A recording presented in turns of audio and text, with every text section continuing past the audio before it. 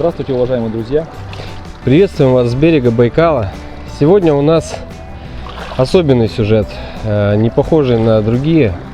Сегодня мы попытаемся рассказать вам про уникальную рыбалку, присущую именно нашим местам, присущую именно Байкалу.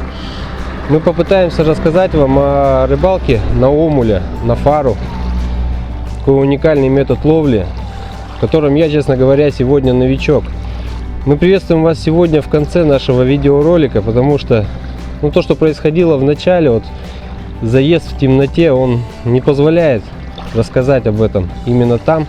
Поэтому сегодня уже по свершившемуся факту Алексей, как опытный рыболов, который провел здесь уже не одну рыбалку на омуля, расскажет нам, в чем заключается все-таки суть этой рыбалки и чем она отличается в первую очередь от остальных. Что сделать для того, чтобы уйти отсюда с ловом не пустыми.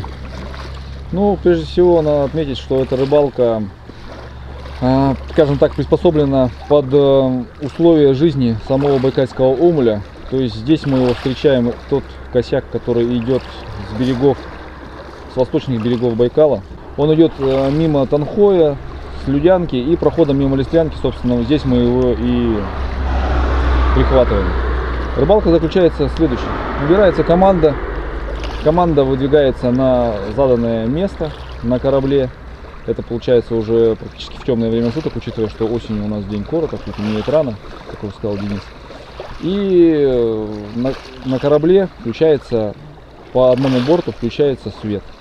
Включается специальной фарой, которая, привлекая так называемый макрогектопус, это, скажем, представитель местной фауны, который составляет большую часть биомассы самого Байкала и является, скажем так, приоритетным кормом для омуля.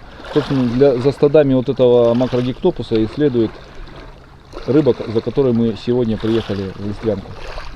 Рыбалка, надо отметить, очень трудовая. Целую ночь приходится рыболову, чтобы не уехать с пустыми карманами. Целую ночь приходится стоять на борту корабля, заниматься непрерывным поиском уловистых мушек, заниматься непрерывно поиском тех горизонтов и способов проводок, которые в данный момент омулю по душе.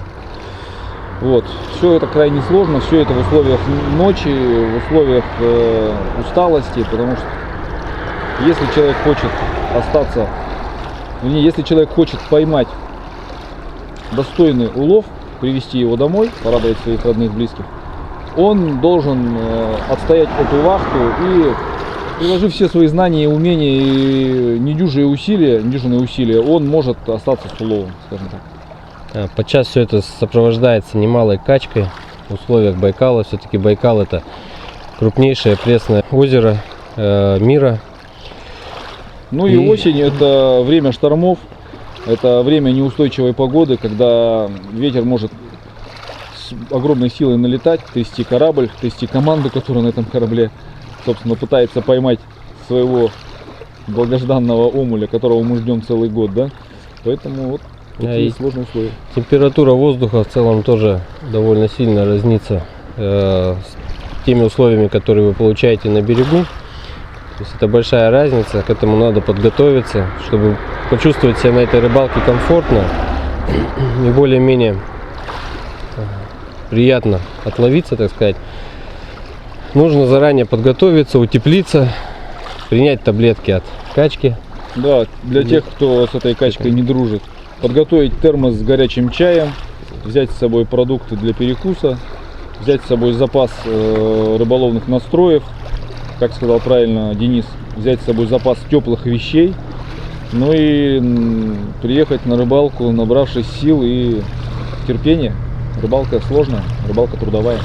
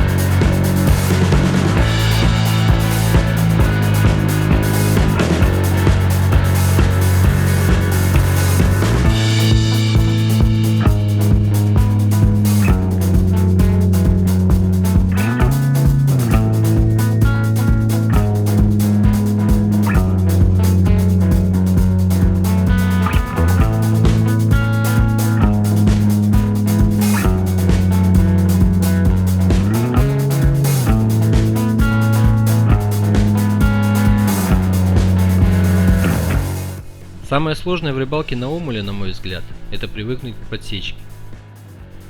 Ведь чтобы омуль надежно сидел на крючке и не сорвался при подъеме, подсекать надо было не вверх, а вниз. Именно в таком случае крючок под тяжестью груза надежно фиксирует рыбу, и вероятность схода значительно уменьшается.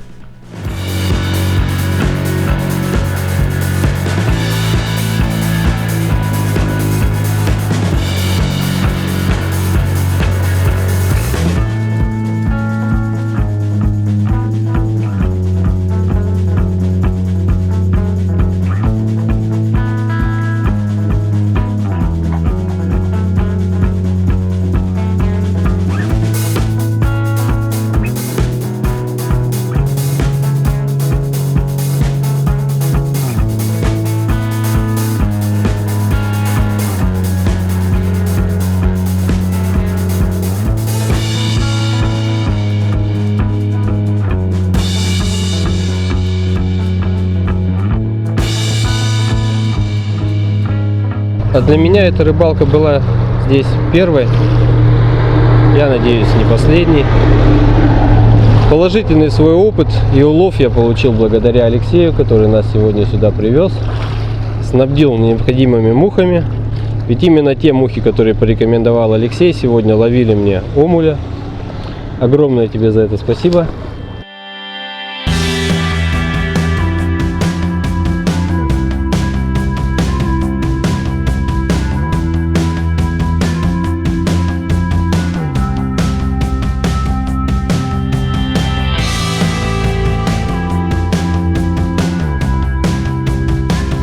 Надо отметить, что к рыбалке я все равно подготовился не полностью. Так как катер постоянно дрейфует, то для того, чтобы подать муху на глубину 20-30 метров под катером, необходимо выбрасывать весь настрой на расстояние не менее 25 метров от себя. А это довольно сложно сделать, если у вас в руках недостаточно длинное, к тому же мягкое удилище.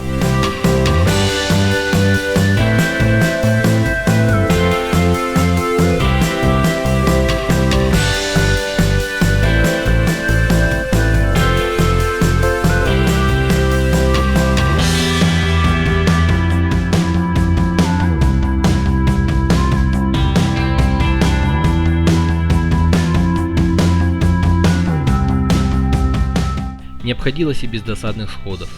Чтобы подать приманку на нужную глубину, катушка должна плавно отпускать леску.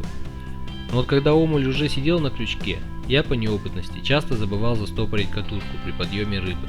И в последний момент, когда я уже тянулся за рыбой, весь настрой вместе с желанной добычей уходил обратно в озеро.